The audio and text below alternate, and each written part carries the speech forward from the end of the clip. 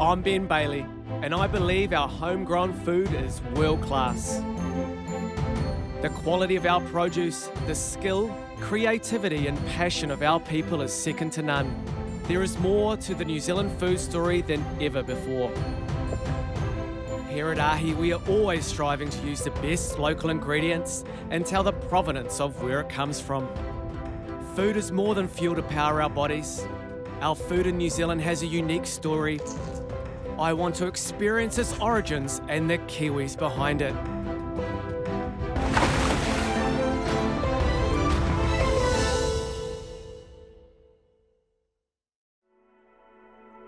Situated 50 kilometres down the Auckland motorway is one of the country's food bowl gems. The region of Franklin that forms from Maiuku in the west all the way to Maraetai in the east. A mix of great towns steeped in history and beautiful rural living. It's an important part of the New Zealand food story as the region has an abundance of food producers, with fertile farming and horticulture aplenty. It's also home to one of the cornerstones of cookery, home to the onion and the world-famous longkeeper onion. And I've come to see the patriarch of this third-generation onion farming family, Morris Ball, to find out more about this incredible ingredient. Okay, mate, like you drive down the southern motorway and you never see this. It's so vast. This place is incredible. I mean, why does this area grow such great onions? Well, there's an overlay of volcanic soil. Yeah. Perhaps over a marine silt in this particular location, which is near the Manukau Harbour. Consequently, we've got nice cropping land. The Ball family have been farming onions for over 3 generations, starting way back in 1949, and they are a very big deal. We're growing around about 40,000 tonne of onions a year, exporting about 80% of that, and the balance is domestic market. Yeah. Onions you see every day in the supermarket, and I believe they are maybe the most important vegetable to all cultures when it comes to cuisine. I'm sure, yes. You know, but I also believe they're the most underappreciated vegetable. People walk by in the supermarket, they don't know how hard it is to grow. And I think this is actually the first time I've been standing here in a field of onions. It's pretty incredible. So can you tell me about these guys? Yeah, well, these guys were planted in early May. So are they drilled as a seed? They're drilled as a small seed. Yeah. And 6 months on, or 6 months, 1 week on, they're ready to harvest. 6 months? Yes. So those onions you see in the supermarket took 6 months to grow, half a year? Yes. That's incredible. Yes. That's a long time. Yes. The tops are removed. In the case of the early onions, are removed by hand, by shears. So people actually come here and harvest all these onions by hand? Yes. Oh my gosh. And so this is an early variety. Is this a longkeeper? It's an early selection of longkeeper, yes. Okay. The longkeeper was selected from what onions were around in the early 1920s by the Turbot family. Yes. So they're a New Zealand onion? They're a New Zealand onion, yes. And really selected and reared in this Pukekohe district, hence the name Pukekohe longkeeper. Yeah. They're grown throughout New Zealand. They're also grown around the world. So these longkeeper onions that people don't really give a second thought to in the supermarkets are actually world famous. For sure, yeah. The story of the humble onion just gets better and better. Onions are nutrient dense, meaning low in calories, high in vitamins, loaded with antioxidants and great for bone density, just to name a few. I've never actually seen a fresh onion like this before. No. It's ridiculous. We need to put new season's onion on the menu. You know, like celebrate the onion when it's just been harvested. Like do a dish centered around the onion. Yes. But if we could do a dish where we could just have a new season ball onion, can I call them that? Yes. The old ball onion? Yes. What do you reckon? Looks cool. I've got to serve these little roots as well somehow. I've got my work cut out for me. Are onions hard to grow? Yeah, they are difficult to grow in terms of you're up against the elements, you're up against the weather, you're up against soil types, and it really comes back to experience. Okay, so how do you know when an onion's ready? Well, if you look here, you'll see the crop dropping over. Yes. The thin necks are flopping over. Now, if you look at the crop across the way there, they're all standing up erect, so they'd be a good month away. So it gets weak there when it's ready? Yes, it's a sure sign, and that's wow. That's a sign of a good early variety because it's willing to flop over and develop its skin What also amazes me about being here is the amount of work needed to be done, and against how cheap an onion actually is to buy, which doesn't sound like the best business idea. We're price takers, we're not price makers. And the idea is to be good at what you do and is to get yield. Yes. And yield is the key to return. Okay. And it happens to be a shortage. It would be through adverse climate. So consequently the price goes up, Yes. but your overall yield will be down. Yeah. So you're always striving to have that margin over and above costs. Yes. But quite often in horticulture, you're operating at a loss because of the pricing structure. The Franklin region is truly a majestic food bowl for Auckland, New Zealand, and even the world. This region is really important. Auckland's getting bigger. Is this soil worth protecting? I mean, it's such the food bowl of New Zealand and Auckland. It's just a wonderful part of New Zealand. I could just see Auckland becoming one big suburb from the CBD to Pukekohe. I think that's already happening. I believe that this area here, this particular area here, locality, will be in houses in 20 years. You reckon? Yes. To occupy this sort of land, the value it's worth and the rateable value, it would just make growing vegetables on it uneconomical. So we're dead in the water. Wow. For me, I just feel this region is worth protecting. Like, I'd love to see it producing food to the end of time. I just hope the Ball brothers just keep doing what they do and watch this space as I'm going to make a hero onion dish for the ahi menu.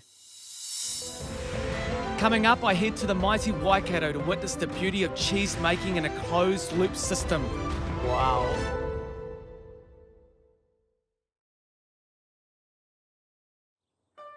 Situated in Temple View on the outskirts of Hamilton is Meyer Cheese, a family cheese-making business that is admired for its commitment to quality, tradition, and the art of cheese-making. They adhere to pure sustainability practices, creating a closed-loop system. Continuing the legacy is Neil Meyer, and he's definitely not letting standards slip. Hello, mates. How are you? Good to see you. Same here. Thanks for having us. Absolutely. No, happy to have you and show you around the factories. I've just passed the cow shed. So not only do you make your own cheese, but you also milk your own cows to make the cheese. It's really important. I mean, New Zealand does make some of the best cheese in the world, and a big part of that is the quality milk that we have. When my father first immigrated from Holland, it was so important that milk quality was at the paramount of what he was trying to achieve. He knew you couldn't make a good product without a good ingredient, and that'll be the same in the kitchen, I'm sure. Yeah. So having good access to quality milk, and we've done that by buying our own farm and maintaining the quality through control of what they eat, the breed of animal and things like that. And you can see it with the milk that we've got here today. Amazing. I mean, these days when you buy a bottle of milk from the store, you never know which farmer, made the milk or raised the cows. And so it's so awesome to come here. I get to know the farmer and I get to know the cheesemaker all in one spot. And that's really important. Absolutely. So yeah, this morning, 30 minutes ago, we had cows on the grass, milk's come into the cheese vat here, so it's super fresh. So what I need to do right now is add the rennet to enable the kick-off of cheese making, which is coagulating milk. Okay, go for it. So one of the most important aspects of cheese making is coagulation of the milk, removing moisture from milk, leaving behind the solids, and we do that by adding rennet. So very small amount, you've got about 200 ml here for 3,000 litres. Whoa. And we'll add that like so. So milk comes first in this building, so I'm just going to turn this off, Ben, and get the process underway. There's a lot of money in here, eh? No pressure. Absolutely, there is always pressure. Growing up within the family, holiday time, school time, it didn't matter what day of the week it was, milk came first. There's up to $10,000 worth of value milk sitting here. So when the milk needs to be processed, that's time. So whether that's you here or staff or my wife, you've got to step aside and milk comes first. It's amazing. Relatively clean split, not too much material left on the stick here, so I'm pretty happy with that and it's good to go. It's incredible that the cheese making process is all about just 2 ingredients.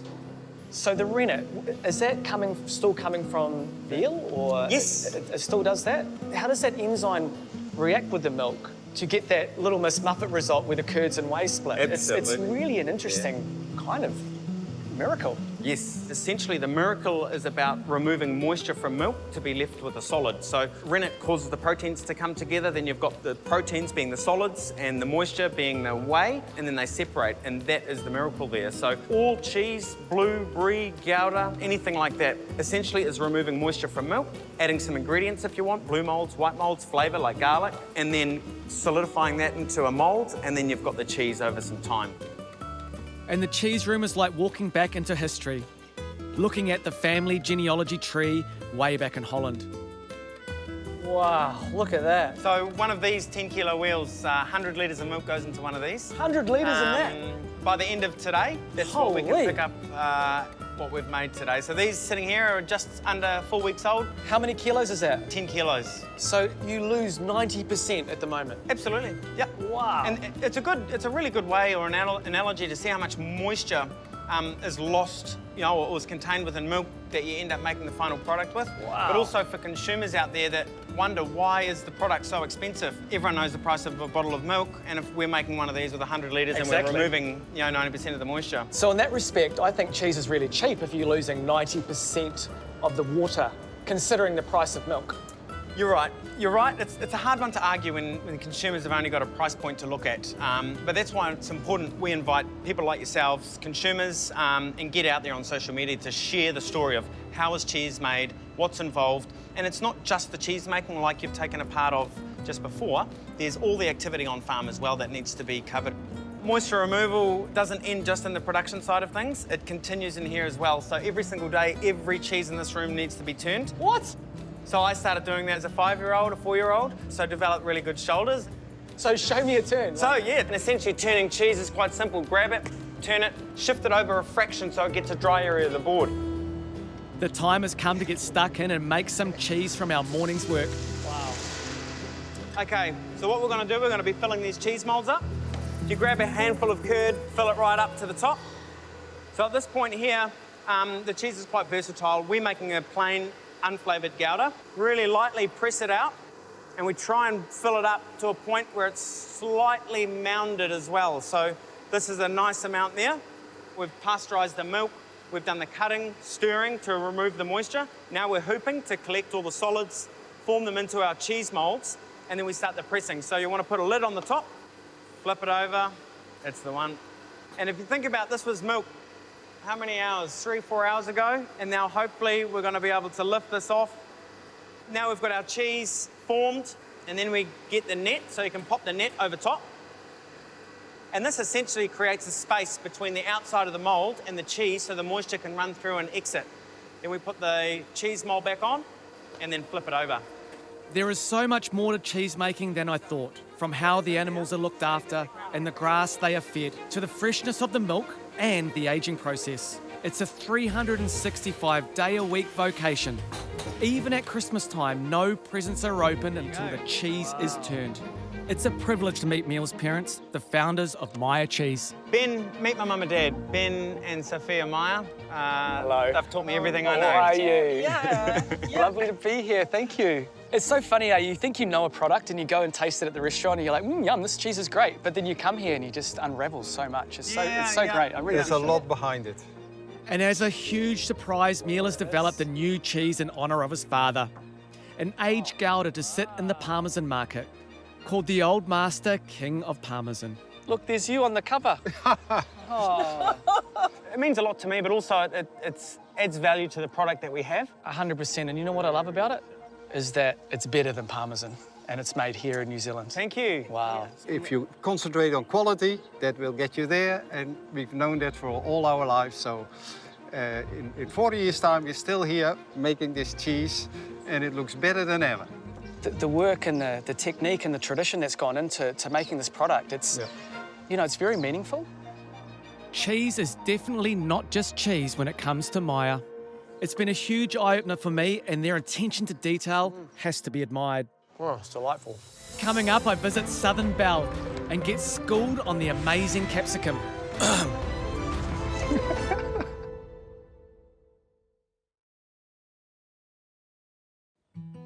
The mighty capsicum, a genus of flowering plants in the nightshade family.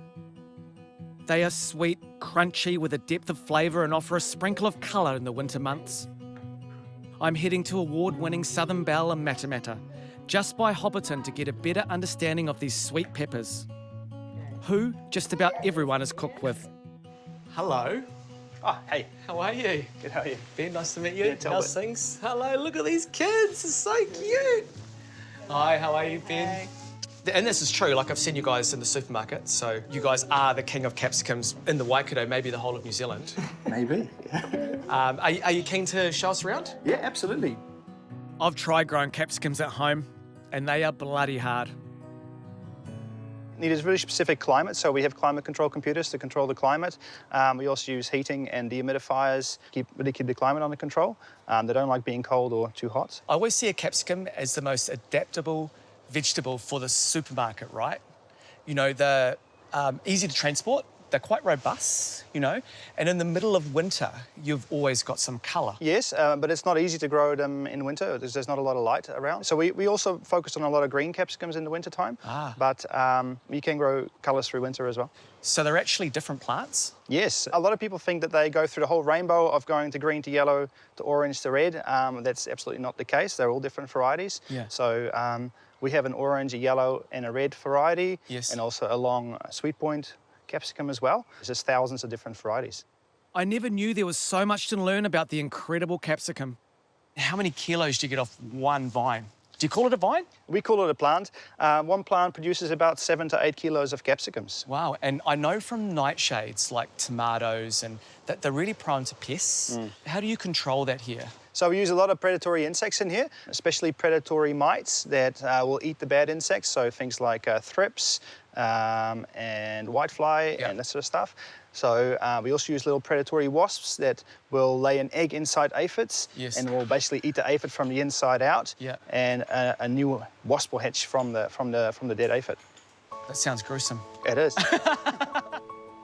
As a Balanced Farm Environment Award winner, Southern Belle uses truly sustainable practices from pest control to composting and wastewater to heat the greenhouse. Look at that, number one. So it's got a little bit of green on it. Will that ripen up on the way? Yeah, well, so if you leave it on the fruit bowl for a day or two, it'll be completely red. It already's got all the sugars in it, so it's it's good to go. Nice. Go. Beautiful. So Ben, a lot of people don't know that a green capsicum is actually an unripe coloured capsicum. So this green one comes from a red one. Beautiful, too easy.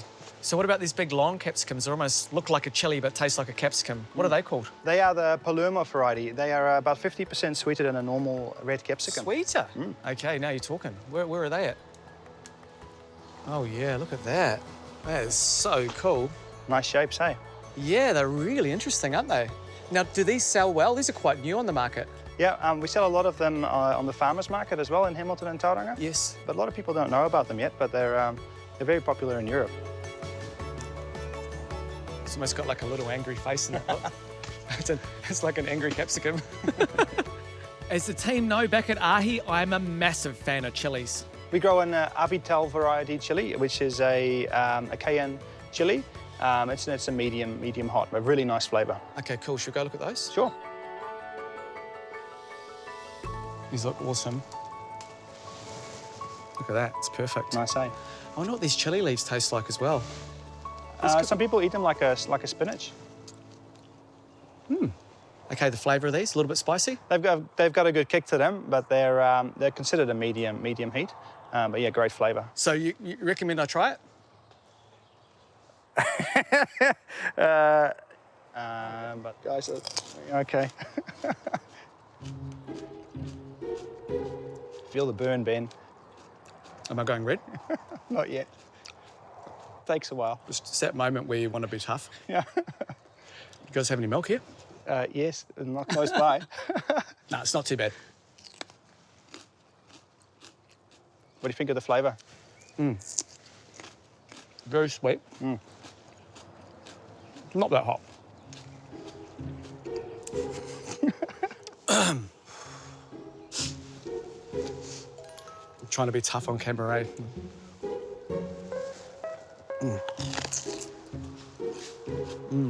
Much better.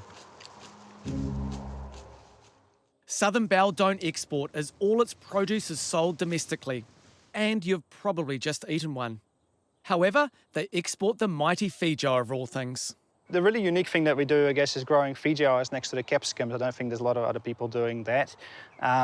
We find that the seasons work really well together, so when the capsicums are busy, the Feijoas are not, and vice versa. I guess having two crops like that available at different times of year means you don't have all your capsicums in one basket. I do now. Like eggs in one basket. Oh, yeah, sure. That was a joke. Oh, yeah, gotcha. Yeah, do it again. Feijoas are such a huge part of our New Zealand food culture. The season that every Kiwi knows about and looks forward to.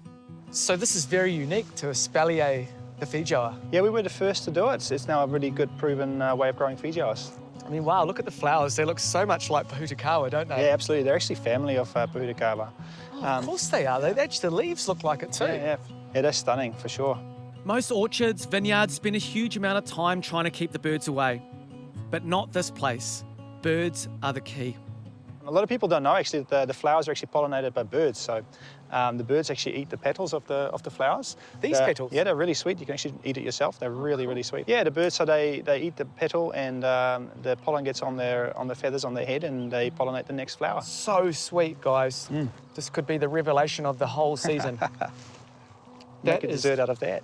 Oh, that is incredible. I'm actually really inspired by that. Yeah. It tastes like tropical fruity, like a lychee. Yeah, that's right. I've been so inspired today.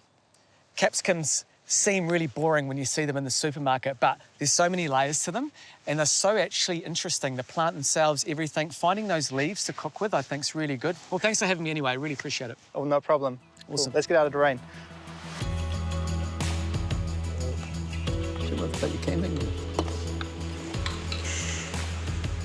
The food producers, growers, and harvesters of New Zealand have truly inspired me. New Zealand cuisine is all about the people, the ingredients, the hard mahi they are doing to take New Zealand food story to the world. Kia kaha. How are you? And to finish the series, my take on a cheese and onion toastie. We made a stock, poached the onion in it for 10 minutes, took the centre out, placed an egg salad in the middle, and a little bit of Meyer cheese sauce. And some crispy croutons. Simply delicious. I can't wait to continue my New Zealand food story journey.